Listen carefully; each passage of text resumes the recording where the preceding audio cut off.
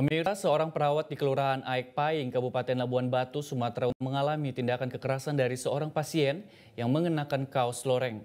Kejadian ini terekam dalam sebuah video yang kemudian viral di media sosial.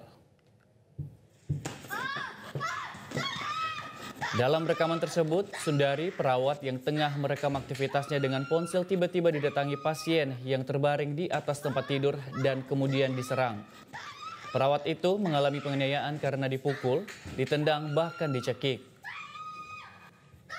Setelah melakukan aksinya, pasien pria tersebut langsung melarikan diri. Menurut korban, saat itu ia tengah memeriksa tensi pelaku. Saat menyiapkan obat, pelaku tiba-tiba beranjak dari ranjang, perawat kemudian menganiayanya. Coba lagi, sekali lagi tensi. Saya nyiapin obat. Saya nyiapin obat dulu, belum masuk kanal. Udah, saya balik lagi. Rupanya yang kedua kalinya error tensinya. Karena pas saya dia kayaknya mau bangkit. Kalau kita lagi tensi kan kalau mau bangkit kan dia error ya kan.